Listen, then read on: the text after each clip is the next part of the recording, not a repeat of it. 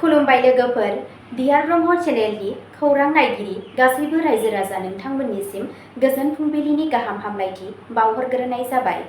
आं दिनै नोंथांमोननि सिगाङाव आरोबाव माखासे खौरां फरायथिनो लादों। आसा खालामो नोंथांमोनहा खौरांखौ खोनासंनानै मोजां मोनगोन आरो बेजों लोगोसेनो नोंथांमोनहा सानफ्रोमबो फुंबिलि आरो बेलासि समाव गोदान खौरांनि आपडेट मोननो थाखाय चेनेलखौ साबस्क्राइब खालामनानै लादो आरो खौरांखौ खोनासंनानै मोजां मोनोब्ला अन्नानै लाइक, शेयार आरो कमेन्टबो खालामनानै होलांब्लानो जाबाय। दिनैनि गाहाय रादाबफोराव दङ। आसाम सीएम हिमन्त बिश्व शर्माखौ नेशनेल एमिनेन्स बान्थाजों मान बावनाय जायो। CAA नि सिङाव बांलादेशनि गिबिसिन आइजोआ भारतनि नोगोरारि मोननो हादों। SMAT 2025 आव रां जाख्ल'नायनि दायाव आसामाव 4 क्रिकेटारफोरखौ सासपेन्ड खालामदों। आसामनि मार्घेरिटायाव गावनि हिन्जावखौ बुथारनाय जाथाय। धुब्री पुलिस आरो CRPFआ नंखाय सनाजों लोगोसे सिखाव फालांगिरिखौ खायो।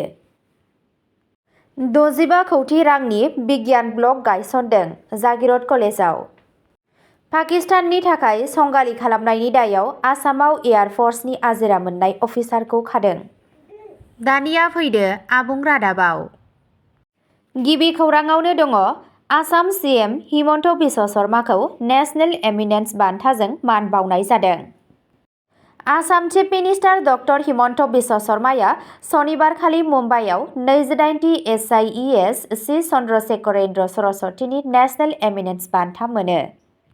South Indian education society SIES जों होनाय बे मानगोनां बान्थाया बिथांनि साबसिन सुबुं दैदेननाय आरो समाजनि थाखाय सिबिनायखौ मान होयो। शर्मा बिथाङा बे सन्मानखौ रामनि थागिरि आरो दावगानायनि फारसे बिथांमोननि नाजानायफोरनो बावहरो।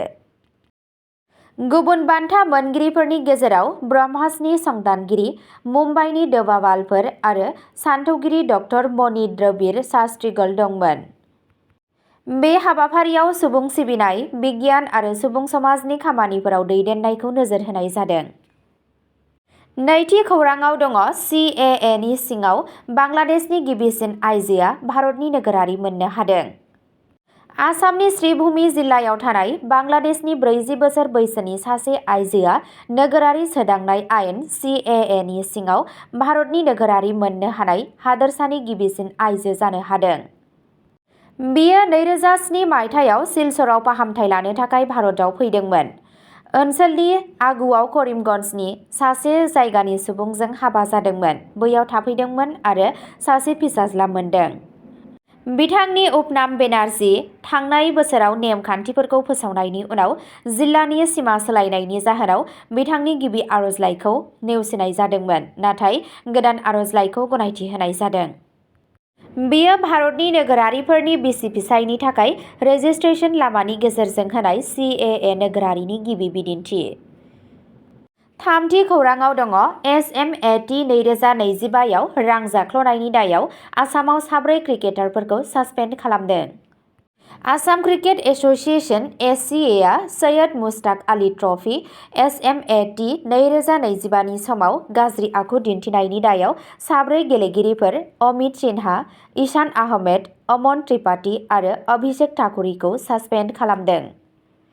BCCI नि एन्टि कारापसन इउनिटनि नायबिजिरनायनि उनाव बिसोरनि सायाव स्क्वाडनि सोद्रोमाफोरखौ गोहोम खोख्लैनो नाजानाय आरो गोख्रों गाज्रि आखु दिन्थिनायनि अजद होनाय जादों। गेलेगिरिफोरखौ हादोरसायाव गासैबो क्रिकेट हाबाफारिफोरनिफ्राय होबथानाय जादों। पुलिस क्राइम ब्रान्चआ FIR होनाय जादों।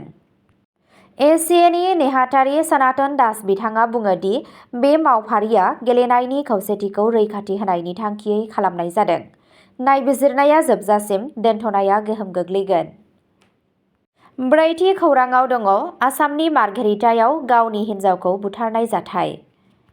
शुक्रबाराव तिनिसुकिया जिल्लानि मार्घेरिटा ओनसोलनि रानागावआव सासे 40 बोसोर बैसोनि आइजो नीता छेत्रीखौ बिनि 45 बोसोर बैसोनि फिसाय देबी बाहादुर छेत्री, जायखौ सानु होननानैबो मिथिनाय जायो, बियो बुथारदों। खौरां मोन्नाय बादिब्ला दायनिगिरिया आइजोखौ गोबौ हाथियारजों गाग्लोबदों, बिनि गोथै सह'खौ फुजानि खथायाव जोबथेनानै खारखोमालांदों।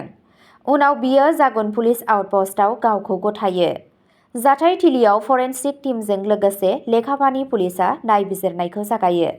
थांखिनि सायाव नायबिजिरनाया सोलिगासिनो दं। बाथि खौराङाव दङ धुबुरी पुलिस आरो CRPFआ नंखाय सनाजों लोगोसे सिखाव फालांगिरिखौ खायो।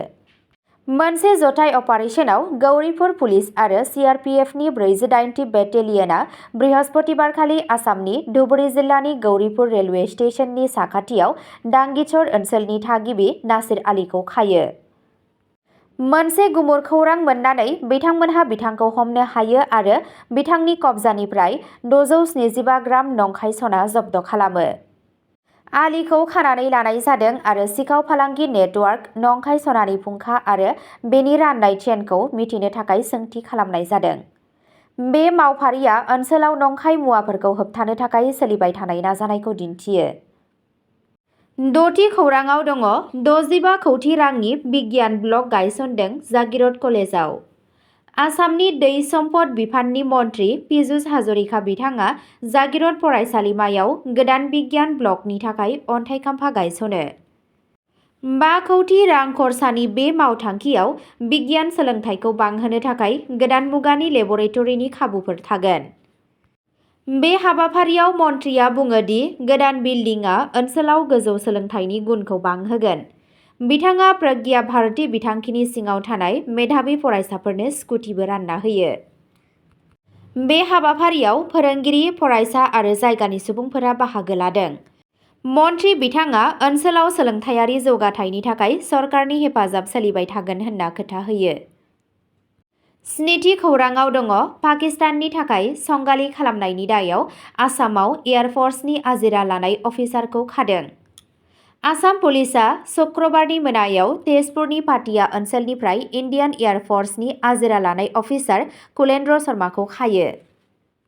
तेजपुर एयारफर्स स्टेशनाव खामानि मावबोनाय आरो 2002 मायथाइयाव आजिरा मोननाय सासे बारग' जुनियर वारेन्ट अफिसारनि सायाव पाकिस्ताननि संगालि नेटवर्कजों सोमोन्दो थानाय आरो सेन्सिटिभ खारिथि मोननायनि अजद होनाय जादों।